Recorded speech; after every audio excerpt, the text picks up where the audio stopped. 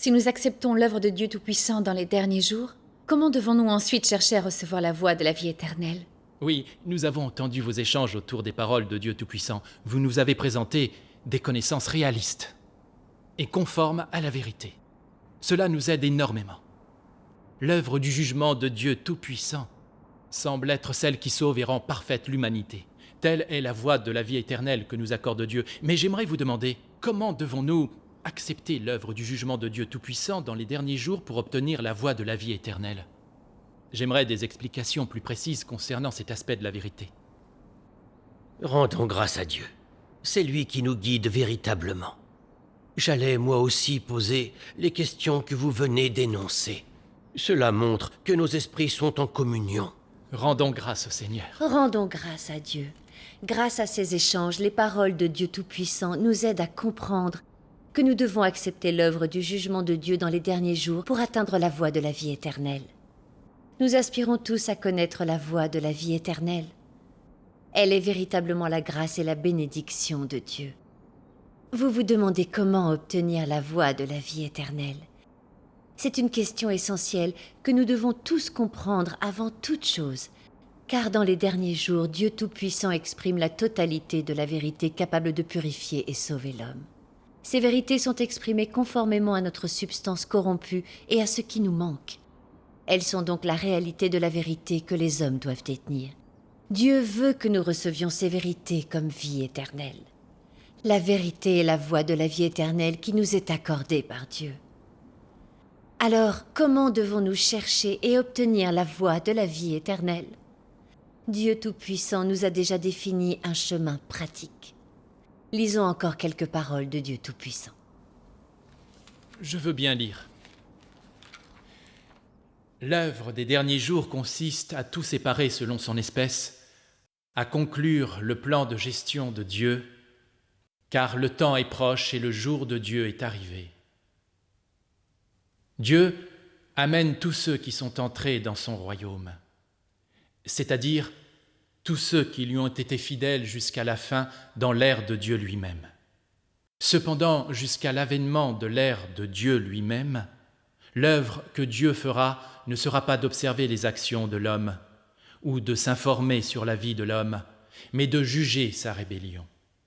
Car Dieu purifiera tous ceux qui viennent devant son trône. Tous ceux qui ont suivi les pas de Dieu jusqu'à ce jour sont ceux qui sont venus devant le trône de Dieu et, cela étant ainsi, toute personne qui accepte l'œuvre de Dieu dans sa phase finale fait l'objet de la purification de Dieu. En d'autres termes, quiconque accepte l'œuvre de Dieu dans sa phase finale fait l'objet du jugement de Dieu. Le travail de la conquête aujourd'hui est de récupérer tout le témoignage et toute la gloire et d'amener tous les hommes à adorer Dieu afin que le témoignage existe parmi les êtres créés. C'est ce qui doit être fait à cette étape du travail. Comment l'humanité doit-elle être conquise exactement?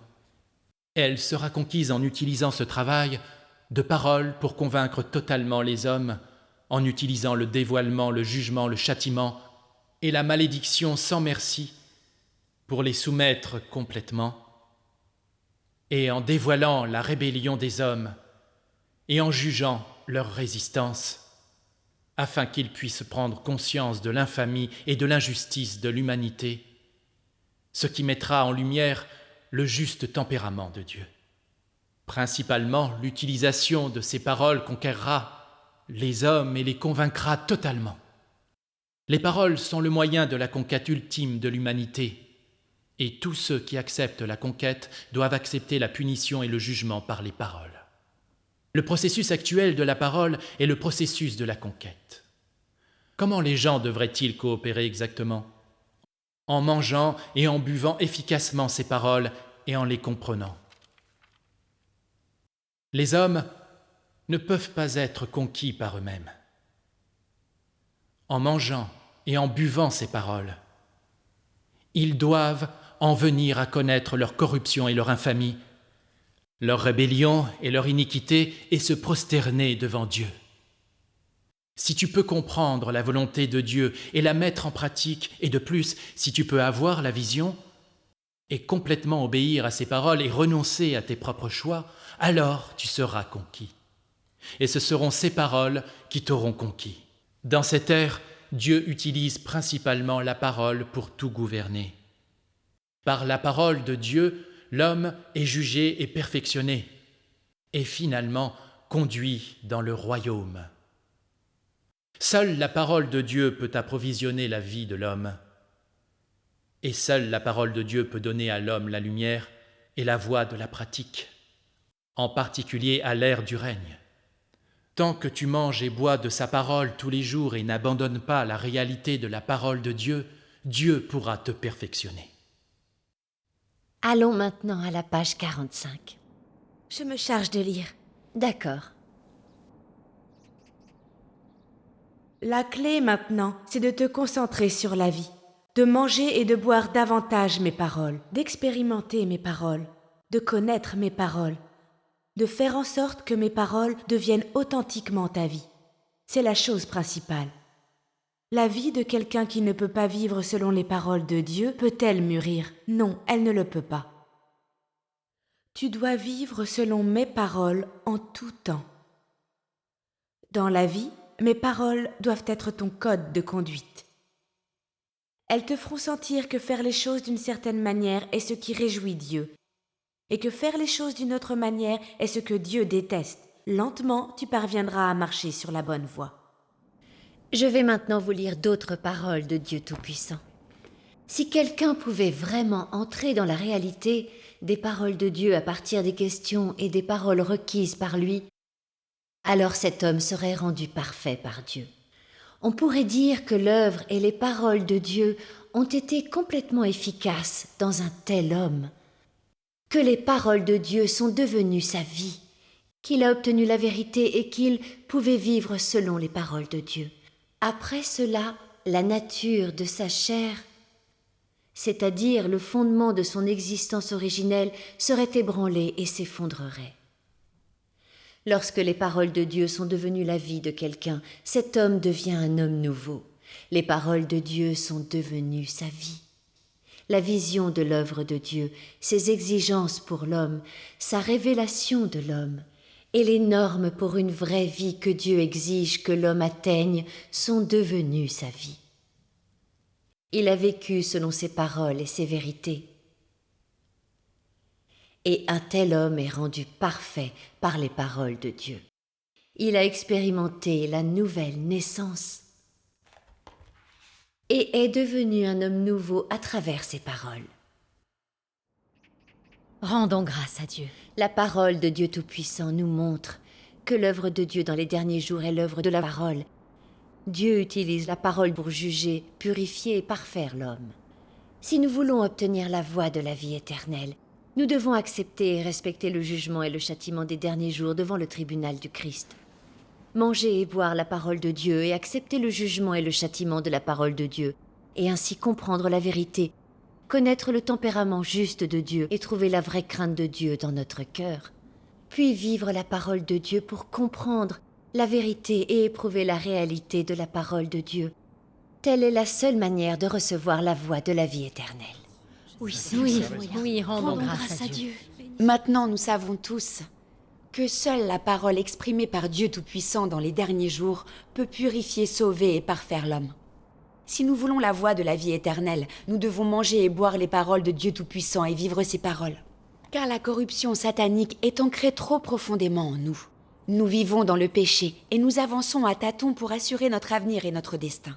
Nous ne distinguons pas le bien du mal et nous ne connaissons pas la substance de notre nature et la vérité concernant notre corruption. Nous ne comprenons pas le désir de Dieu et ne le connaissons pas. Et nous ne comprenons pas ce que Dieu aime ou n'aime pas. Nous ne discernons pas la substance maléfique de Satan.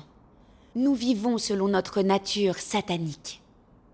Nous cherchons la gloire et la fortune, nous participons à des intrigues, nous admirons le pouvoir et le malin. Nous confondons le noir et le blanc, nous laissons libre cours à notre cupidité, à nos désirs.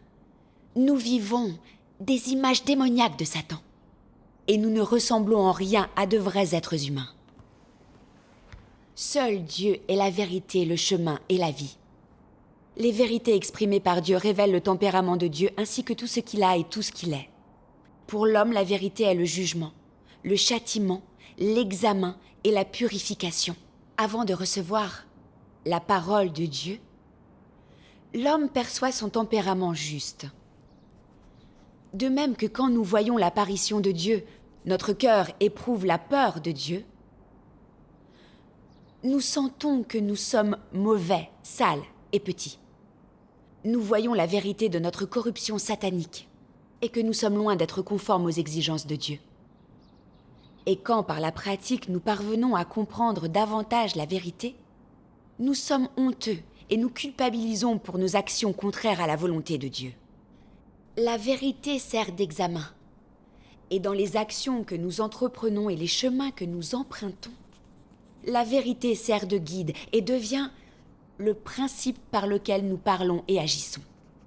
Quand cela arrive, la vérité devient notre vie. Nous voyons que la vérité peut changer les gens. Elle change leur tempérament et les rend parfaits. La vérité revêt une valeur et une importance profonde pour l'existence de l'homme. Donc, si nous acceptons la vérité comme principe de vie telle qu'elle est exprimée par Dieu Tout-Puissant dans les derniers jours, alors nous obtenons un changement de notre tempérament et nous devenons ceux qui détiennent la vérité et l'humanité. Ainsi, nous sommes ceux qui ont été parfaits par Dieu et qui ont obtenu la vérité. Ceux qui ont échappé à l'influence ténébreuse de Satan et ont été gagnés par Dieu. Ceux qui obéissent à Dieu, l'aiment, respectent sa volonté et sont en adéquation avec lui. Et nous sommes ceux qui obtiennent la voie de la vie éternelle. Rendons grâce à Dieu. Même si je savais que le Seigneur Jésus avait dit « Les paroles que je vous ai dites sont esprit et sont vie », je n'avais jamais véritablement compris ces mots. Grâce à vos échanges autour des paroles de Dieu Tout-Puissant, je comprends. Seule la parole de Dieu peut purifier l'homme, le changer et lui insuffler une nouvelle vie. Comme l'a dit le Seigneur Jésus, l'homme ne vivra pas de pain seulement, mais de toute parole qui sort de la bouche de Dieu. Amen. Si nous vivons seulement de pain, sans la parole de Dieu, nous sommes des morts vivants, uniquement capables de vivre dans l'obscurité où Satan se joue de nous et nous corrompt. Nous ne distinguons pas le bien du mal et nous n'avons aucun objectif dans la vie. Tout ce que nous savons faire, c'est vivre dans le mal comme des bêtes. Les vérités exprimées par Dieu Tout-Puissant pour sauver l'homme sont la lumière qui accorde le salut à l'homme, la vie que nous devrions avoir. En tant qu'humains sauvés par Dieu Tout-Puissant, nous devons accepter son salut. Dieu Tout-Puissant est réellement le retour du Seigneur Jésus.